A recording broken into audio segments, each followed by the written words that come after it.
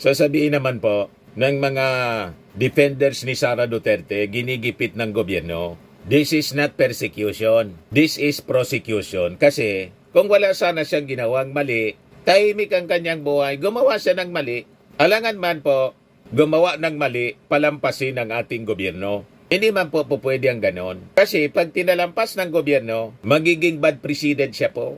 Pwede na pala ang ganyang mga gawain. Yan ang rason kung bakit may accountability para sa ating mga public officials. So walang ibang sisisihin, walang politika po rito, mga kababayan. Siya lang ang nagsasabing politika, yung kampo nila.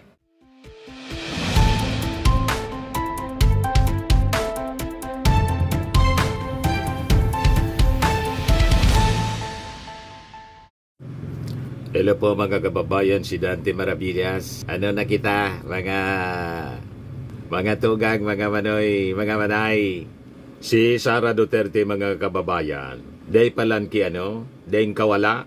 Maski pa i-acquit si Sara Duterte kan mga senador na kakampi niya, wala pa rin kawala. Tulad ng sinasabi natin. Ito na yung balita mga kababayan ngayon. Checkmate si Sara Duterte. Yan Ombudsman directs BP Sara 9 others to answer confidential funds raps. Ito na yung wish ni Sara Duterte na sabi niya, kung talaga niyang accountability ang gusto ng Kongreso, nata nga yata bako na sana sa korte. Hindi na lang sa korte siya, file ng kaso. Talagang tama po yung kasabihan. Be careful of what you say and what you wish. Kasi yung wini-wish mo, baka yon talaga ang dumating sa'yo. Di ba? That is the power of words. Na siguro hindi aware hindi naturuan si Sara Duterte. Yung mga Duterte at mga followers niya, hindi naturuan ng tinatawag na power of words. What we think, we become. Di ba pa? Kaya nga siguro familiar kayo ng kasabihan. What's your thoughts, Anya? They become your words. What's your words? They become your actions. What's your actions? For they become your habits. Di ba pa?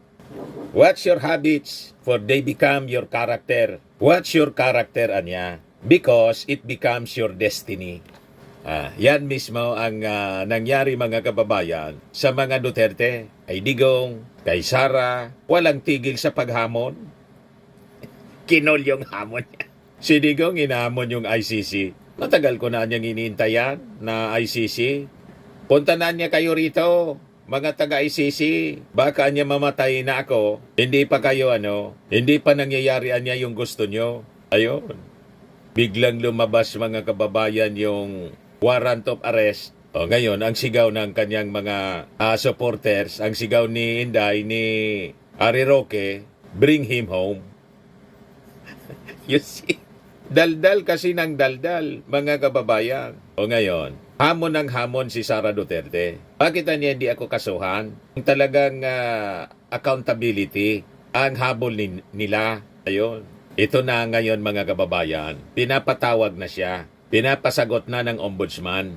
So added na, ito yung sinasabi ko, na sword of Damocles. Ang daming sword of Damocles na kaumang kay Sara Duterte dahil sa sarili niyang kagagawan. Kaya sabi nga natin, at ito din yung sabi ng spokesperson ng Congress, impeachment ng House panel ng Congress. Yan Plunder malversation raps can still be filed versus BP Duterte if Senator judges acquit her, sabi po ni Atty. Bocoy. Ang nagbigay ng ideya si Sara Duterte.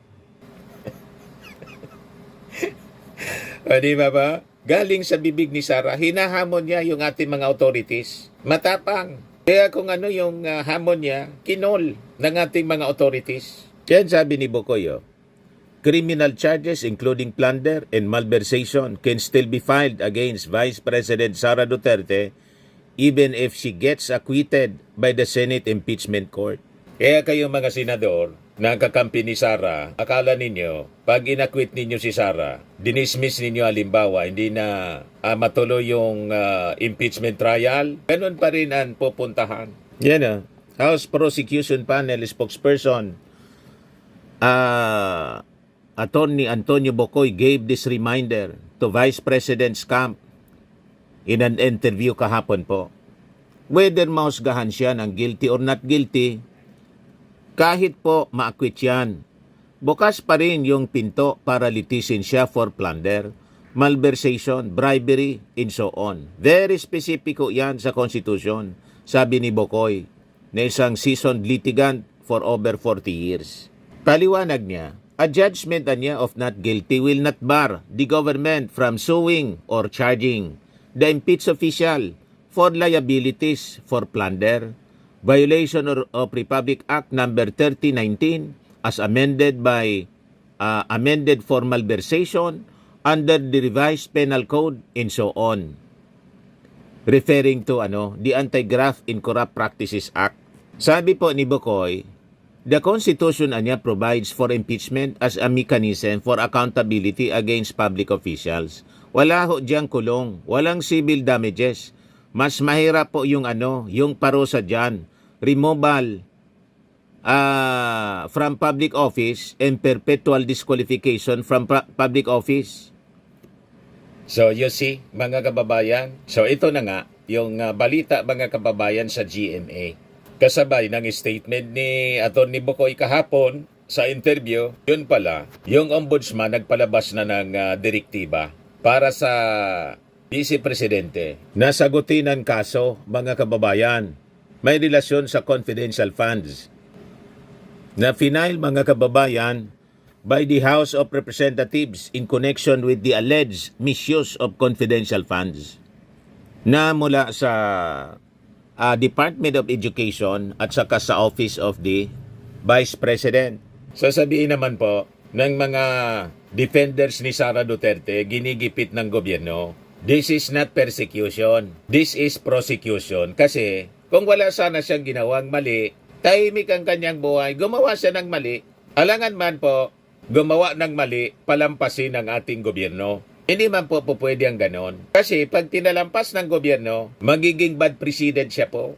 Pwede na pala ang ganyang mga gawain. Yan ang rason kung bakit may accountability para sa ating mga public officials. So walang ibang sisisihin, walang politika po rito, mga kababayan. Siya lang ang nagsasabing politika, yung kampo nila.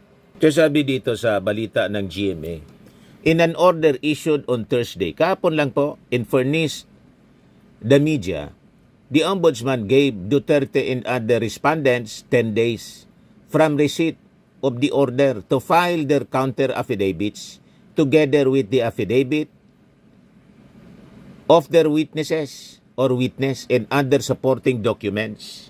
So sabi dito, failure to file counter affidavit within the aforesaid period shall be deemed as a waiver of respondents' rights to submit controverting evidence, and the preliminary investigation shall proceed accordingly. Sabi po sa order. So inuulan na po ng asunto si Sara Duterte. So sabi po ng Ombudsman, it would not entertain any motion to dismiss or motion for bill of particulars. So yung order came after the House filed a complaint against Duterte and several others noong Monday for plunder, technical malversation, falsification, use of falsified documents, perjury, bribery, matindi po, ang dami, corruption of public officers, betrayal of public trust, and culpable violation of the Constitution. Yung laman mismo ng articles of impeachment. Kaya kung makaiwas siya kasi marami siyang kakampi sa Senado, hindi siya makonvict, wala pa rin siyang lusot, mga kababayan. Kasi ito na po, tinala na siya ng kasong plunder, etc., etc. Yung hindi lang kasama dito sa articles of impeachment, siyempre, iba naman yon yung pagbabanta, yung Article 1. Yung Article 1, yung kaso niya, nasa DOJ po. Yung final, mga kababayan ng NBI, iba naman yon. Yung sedition, grave threats na ginawa niya sa ating Pangulo, First Lady at saka kay Speaker Martin Romualdez. So itong complaint, mga kababayan, ay Nagmula sa recommendation ng House Committee on Good Governance and Public Accountability to file charges against Duterte for the alleged misuse of 500 million pesos in confidential funds ng Office of the Vice President at saka 112.5 million pesos in confidential funds ng DepEd from 2022 to 2024. Yung iba pang respondents ay yung mga staff niya: Edward Fajarda, Special Disbursing Officer; Gina Acosta, Special Disbursing Officer; Assistant Secretary, Attorney Sunshine Chari Fajarda; Director for Strategic Management Office, Retired Major General Nolasco Mimpin; Undersecretary for Administration; and Annalyn Sevilla, Undersecretary for Finance Service, all from DepEd. Yung galing naman po sa Office of the OBP na kasama sa kinasuhan si Attorney Sulaika Lopez, Undersecretary and Chief of Staff Lemuel Ortonio, Assistant Secretary and Assistant Chief of Staff Lieutenant Colonel Dennis Nolasco, Vice Presidential Security and Protection Group and Colonel Raymond Dante Lachicayan, Commander, Vice Presidential Security and Protection Group ng Philippine Army. So sabi dito sa report ng GMA News Online, Duterte's alleged misuse of confidential funds is also of the issues raised by the House in its impeachment complaint before the Senate. She denied the allegations. So yan mga kababayan, ang latest development sa mga kinakaharap na kaso ni Sara Duterte. Ngayon ito, idagdag ko na rin itong balita.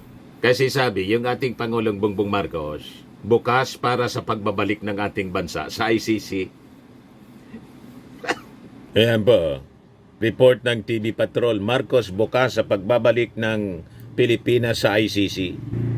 Ito, pakinggan natin mga kababayan. Bukas umano si Pangulong Ferdinand Marcos Jr. na talakayin ang posibleng pagbabalik ng Pilipinas sa International Criminal Court. Ito ay kasunod ng panawagan ni United Nations Special Rapporteur Irene Khan na muling ratipikahan ng bansa ang Rome Statute at iba pang human rights treaties.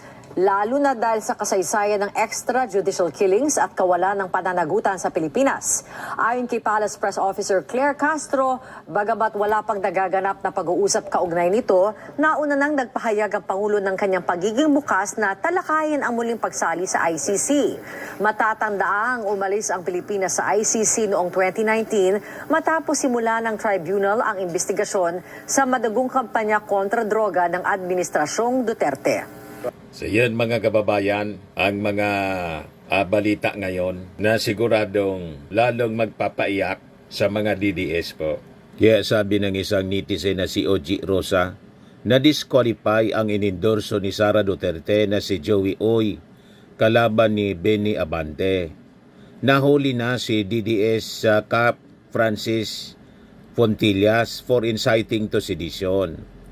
Na-reject ang request ni Harry Roque for asylum. Na-cancel ang registration ng Duterte Youth. Na-issue na ng summon si Sara Duterte. Araw-araw umiiyak ang mga DDS. Iyakan lagi po, mga kababayan. Dagdagan pa ng balita ngayon. Nababalik na tayo sa ICC. Tapos si Sara Duterte, kinasuhan na sa ombudsman. Mga kababayan, lalong mag-iiyakan sila. Kaya si Atty. Harry Roque po, sinasamantala ang kanyang kalayaan. Nag-iikot-ikot sa Europe kasama si Marlica at nagsasayaw-sayaw ng bangag. Ngiwi. Butod. Doon na lang nila dinadaan mga kababayan sa pangangantyaw, yung mga kapigatian. Na kanilang kinakaharap dahil sa kanilang mga ginawang katarantaduan.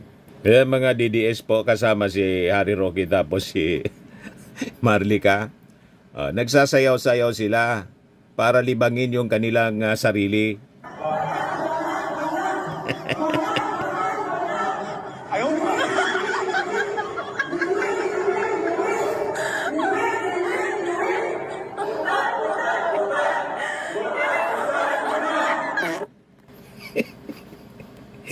Dinada na lang nila mga kababayan sa pangangantsaw. Kasi hindi na magtatagal. Denied na yung asylum application ni Harry Roque. Ngayon, sabi ni Atty. Harry Roque, marites man lang niya. Ang sinasabi ni Rimulya, sabi ni Yusek Claire Castro, asylum rejection, fake news. Yung DOJ niya, may mga intelligence assets. Sabi ni Yusek Castro, hindi magsasalita ng ganon si Rimulya kung hindi totoo. Verified, mga kababayan. May mga intelligence assets, nagkalat. Pati sa ibang bansa. Ang dali-dali na ngayon mag-verify ng mga information. Pero immigration. Kaya sabi dito sa balita, Palace Press Officer Undersecretary Attorney Claire Castro said, Roque had been telegraphing his punches. Huwag po nating kalimutan na may intelligence assets ang Department of Justice at ibinibigay po nila ang karampatang impormasyon sa Department of Justice. Nagpapasalamat tayo because Attorney Harry Roque has been telegraphing his punches. And the government and the DOJ, we are ready for you. Kaya sabi ko, ang hindi ko maintindihan kay Attorney Harry Roque, matalino naman siya. Bakit sa sobrang katalinuhan niya, lahat ng mga plano niya, lahat ng plano niya sa buhay, ina-announce niya sa buong mundo?